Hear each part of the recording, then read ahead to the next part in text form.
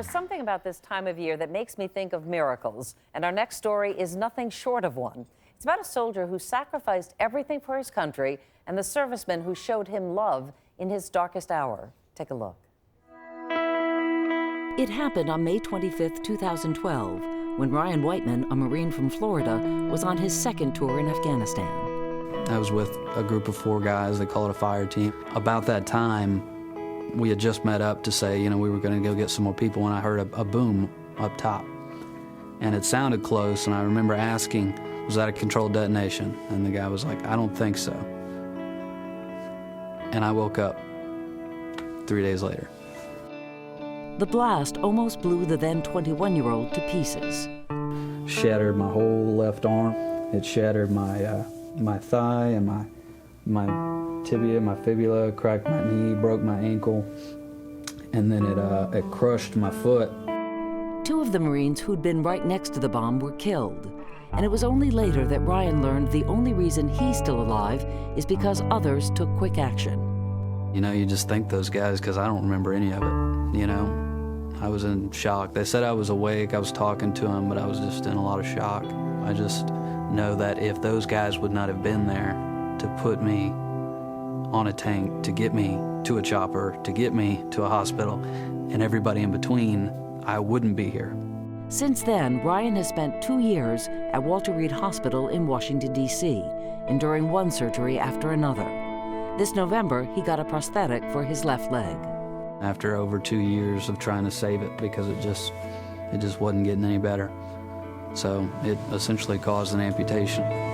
They had done about 15 surgeries on that foot and ankle, and there was nothing else they could do. But his wife, Melissa, says it's a miracle that her husband has come this far. Watching his injuries heal and looking at the scars today as opposed to where he was when it first happened. I mean, it's crazy to see how far he's come, to think he was literally blown open. And this couple will never forget the Marines who risked their own lives to pull Ryan to safety. How many people would lay down their life for you simply because they had the opportunity to do it, and that's what they felt was right?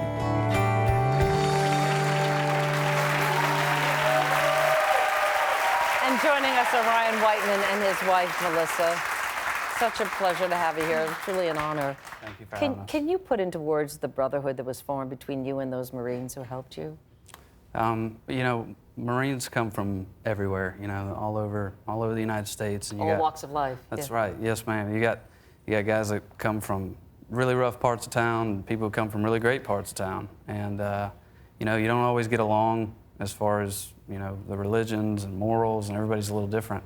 But you still have to work together to accomplish everything that, you're asked to do. And, as you've seen, it's because of those guys being able to accomplish those missions that I'm here. Yeah, you have each other's back, for sure, yes, when you're out there. Yes, what ma'am. was your first concern? You said you didn't wake up for 3 days. 3 days later, you woke up in a hospital. What was your first concern, the first question you asked? You really want to know? Yes, I do. First question I asked was what happened. The very next question was, do I have everything down left? He assured me of that when he called me. Oh, he let you know that right away? Oh, yeah. Yes, good. I was in there. I'm happy for you. Thank you. Melissa, all joking aside, every family member, every friend, every loved one fears that call. And you got that call that your husband was injured. You didn't know what the ultimate outcome would be. What went through your mind when you got the call? It was something I had worried about from his first deployment, and I had spoken to him 4 days earlier, and he, everyone seemed in good spirits. They were happy it was their last mission out there, and so I thought everything was good. I was on my way to work, and I had a panic attack. And then once I talked to them, and they explained what happened and that he would be okay, and then everything has worked out. So yeah, but it's been 2 long years. On the other hand, you're getting stronger every day, and you're here, which is the most important thing. Absolutely. So, what do you want people to know about the guys who risked their lives to save you? Well, number one, I just want to say thank you to every single person that was involved. Well, you know what? I'm thinking, why not you just tell them?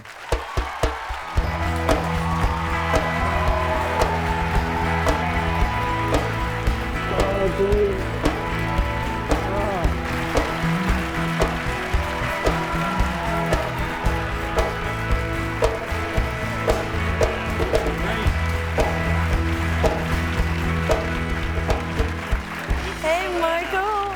Hey, Nice to John. meet you. Nice to meet you. Hey, Nice nice to to meet meet you. you. Surprise. How you doing, brother? What's up? Well, you guys Surprise. you've seen each one individually, but you haven't seen them together. No, This and is I the first literally time, just right? called this guy the other day. So you guys don't realize that these guys are Michael Harris and John Martin. They're two of the Marines who saved Ryan's life. Just so you understand the context here.